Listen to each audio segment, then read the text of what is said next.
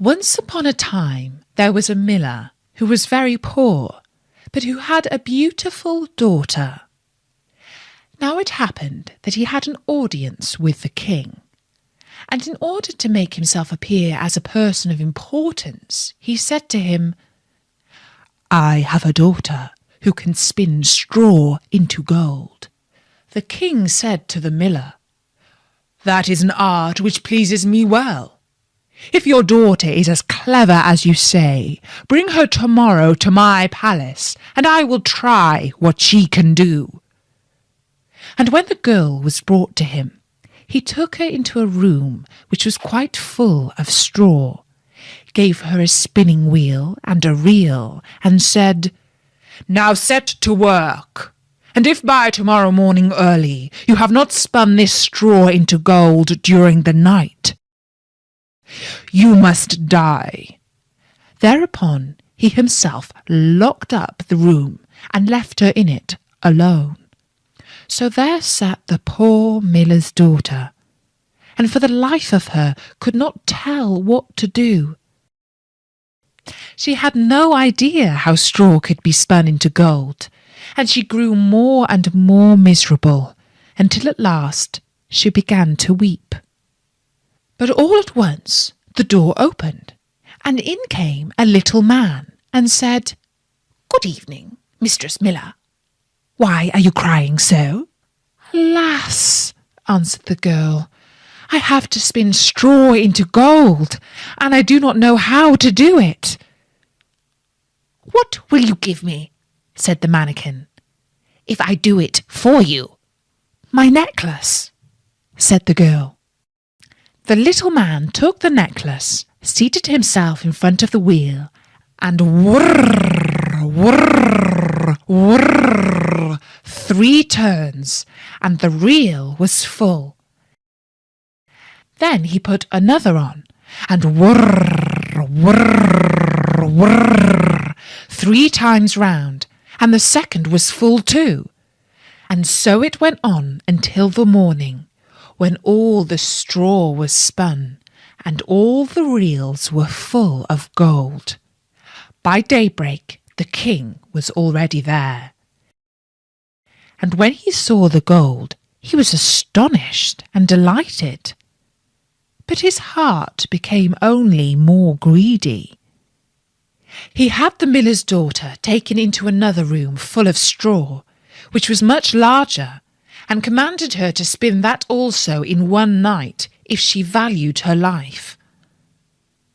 The girl knew not how to help herself, and was crying, when the door again opened, and the little man appeared and said, "What will you give me if I spin that straw into gold for you?"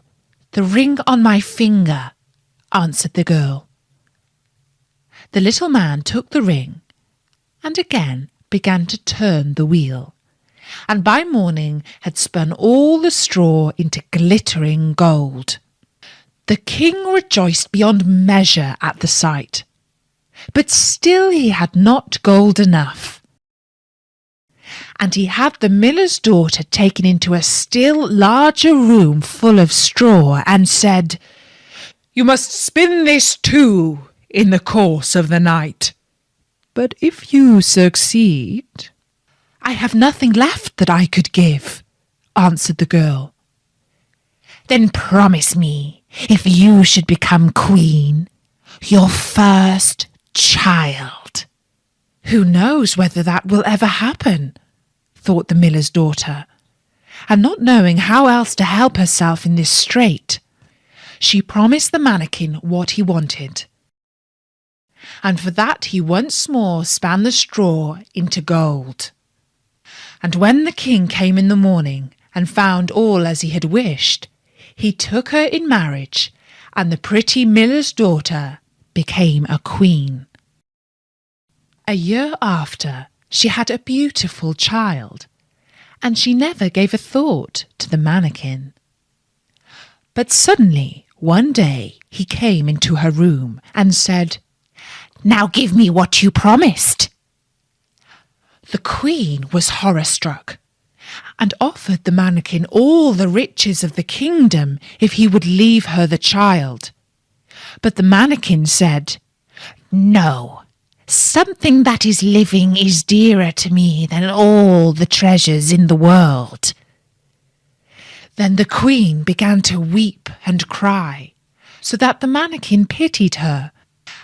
"I will give you 3 days," said he. "If by that time you find out my name, then you shall keep your child." But he always answered, "That is not my name."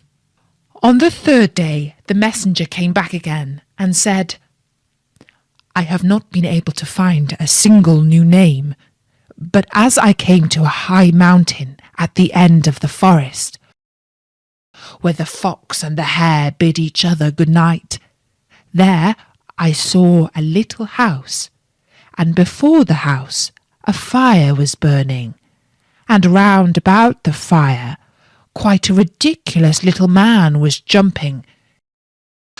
"The devil told you that! The devil told you that!"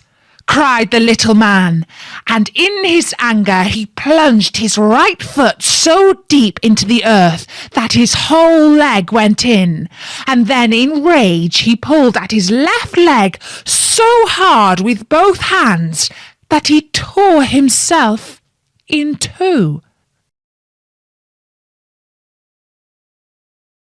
Thank you for watching this video. Please like, share and subscribe to the channel to see the latest videos. Thank you.